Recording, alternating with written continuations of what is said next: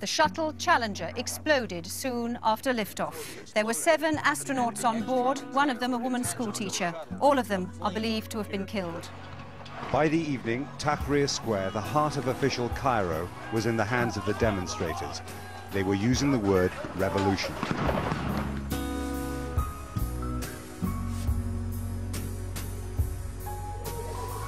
The earthquake singled out buildings and brought them down in seconds. Tonight, the search for any survivors has an increasing desperation about it as the hours pass. The new government is firmly in control of the entire Republic of Uganda.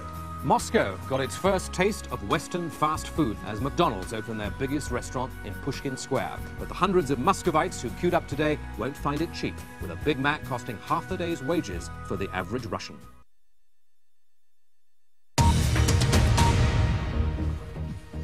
This is BBC News. I'm Tom Donkin. The latest headlines. The British actor Sir John Hurt has died after a battle with cancer. He was twice nominated for an Oscar. He was 77. President Trump has signed an executive order authorizing new vetting procedures to limit immigration from some Muslim-majority countries to the United States. Let's get more on America's new president. And Donald Trump also ended his first week in the post with a promise to maintain the special relationship with Britain.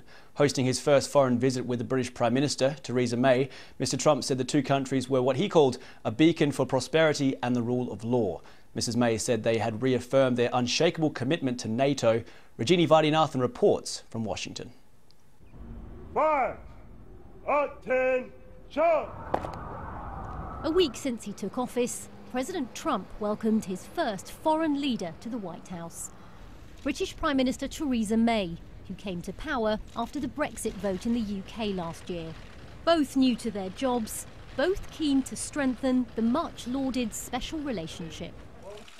The pair took a moment to pose next to a bust of Winston Churchill, which President Obama had removed. And it's a great honour to have Winston Churchill back. And it's a great reminder of what the special relationship has stood for. This new political couple seemed enamoured with each other at times, but behind the hand-holding are some serious policy differences.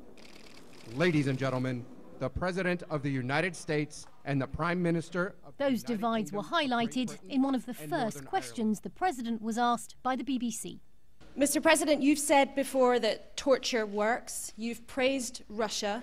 You've said you want to ban some Muslims from coming to America. You've suggested there should be punishment for abortion. For many people in Britain, those sound like alarming beliefs. What do you say to our viewers at home who are worried about some of your views and worried about you becoming the leader of the free world? This was your choice of a question. There goes that relationship. And what about America's relationship with Russia?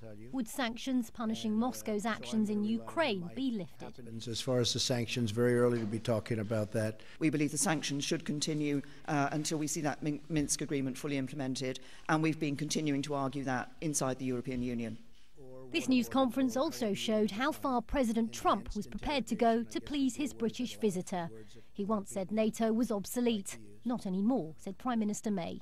Today, we've reaffirmed our unshakable commitment to this alliance. Mr. President, I think you confirmed that you're 100% behind NATO.